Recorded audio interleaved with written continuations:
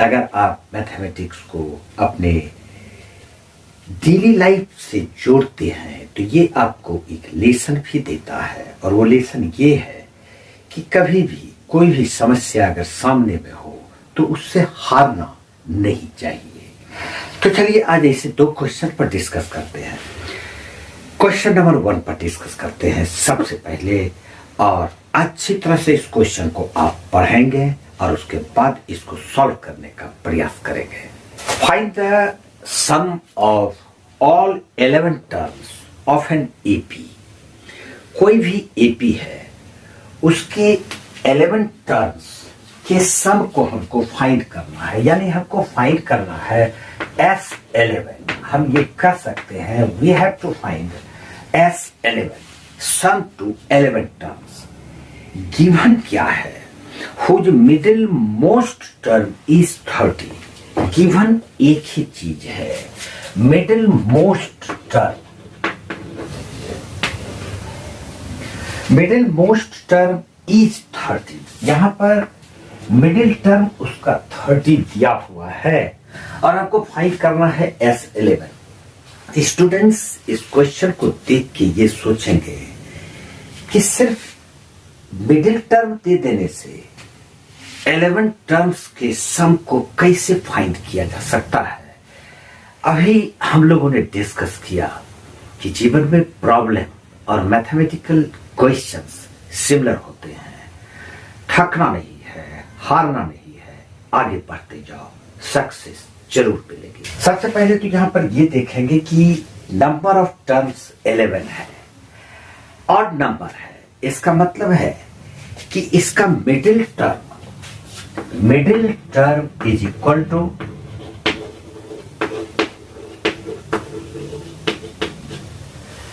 11 terms है, इसलिए इसका मिडिल टर्म होगा 11 + 1/2 एथ टर्म। ये हो जाएगा 11 + 1/2 सिक्स्थ टर्म।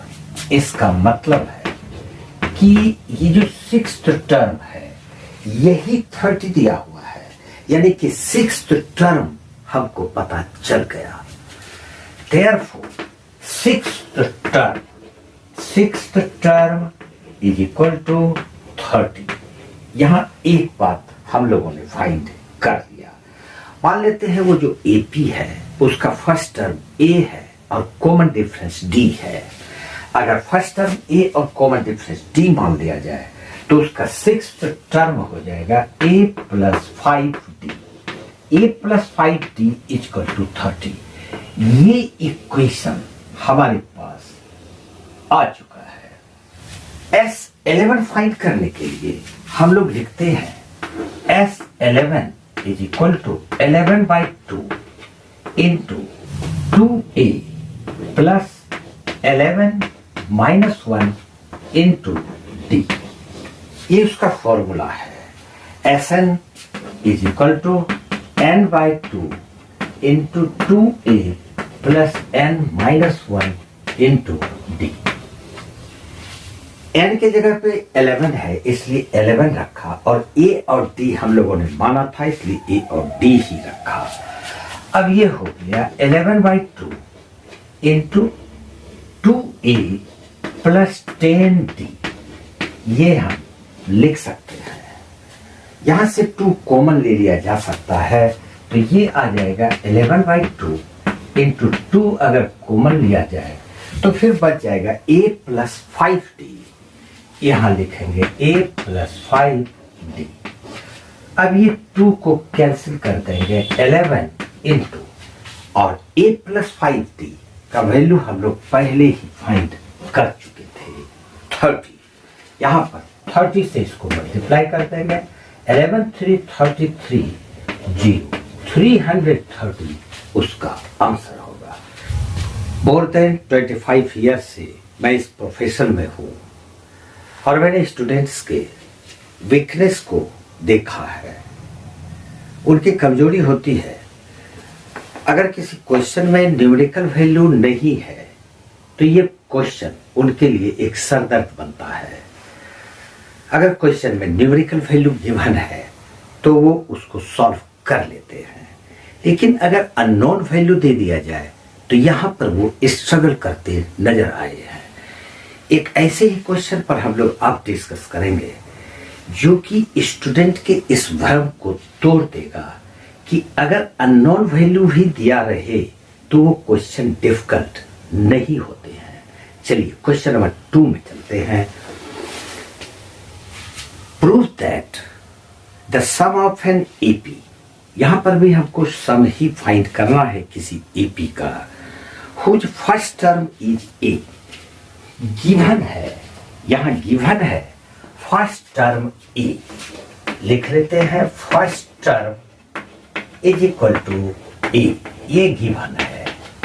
उसके बाद इसका सेकंड टर्म भी गिवन है, second term is equal to b, और इसका लास्ट टर्म भी गिवन है, last term is equal to C.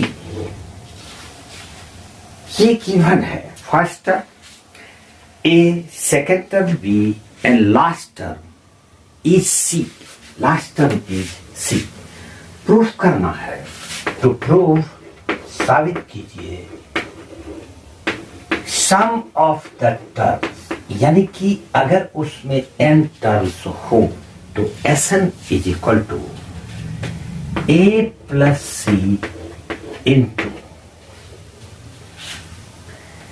b plus C minus 2a by 2 into b minus a, ये प्रूफ करना है। इस क्वेश्चन में कहीं भी न्यूमेरिकल वैल्यू नहीं गिवन है। फर्स्ट टर्म अननोन है, सेकंड टर्म अननोन है, लास्ट टर्म भी अननोन है, कॉमन डिफरेंस का पता नहीं है, और हमको प्रूफ करने के लिए दे दिया गया है। सेकंड टर्म दिया हुआ है और फर्स्ट टर्म दिया हुआ है। हम लोग कॉमन डिफरेंस सी डी, जिसको हम लोग डी लिखेंगे, is equal to second term minus first term.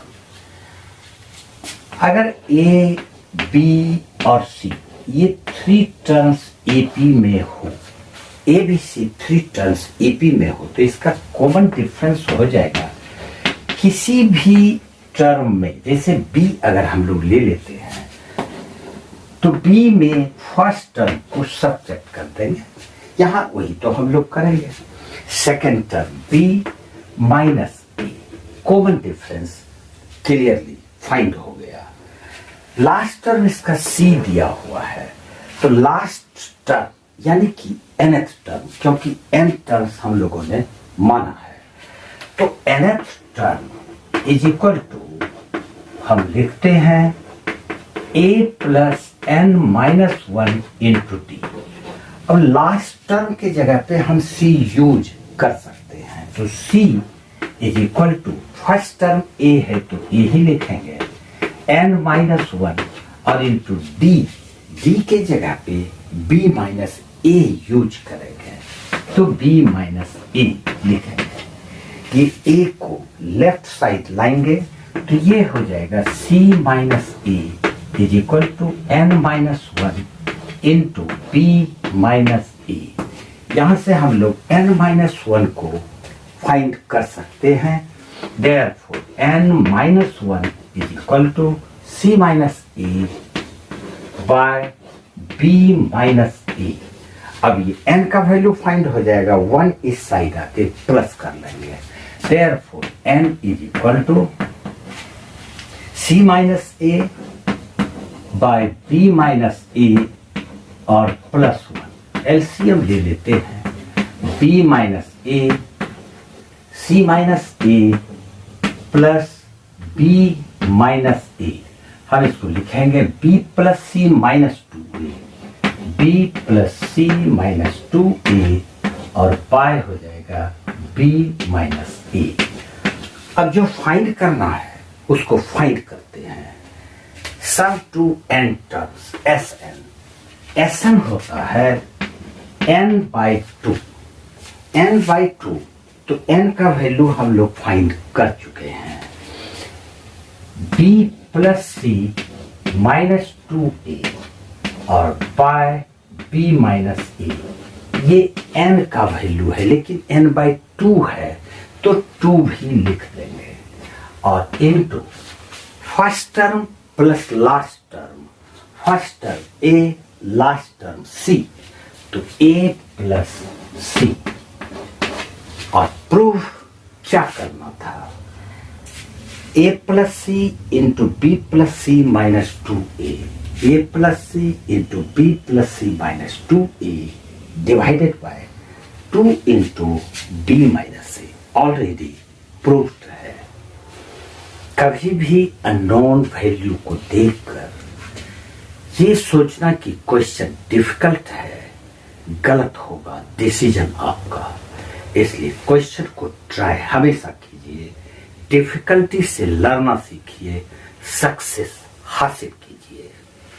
आज इतना सा ही। जय हिंद, जय भारत।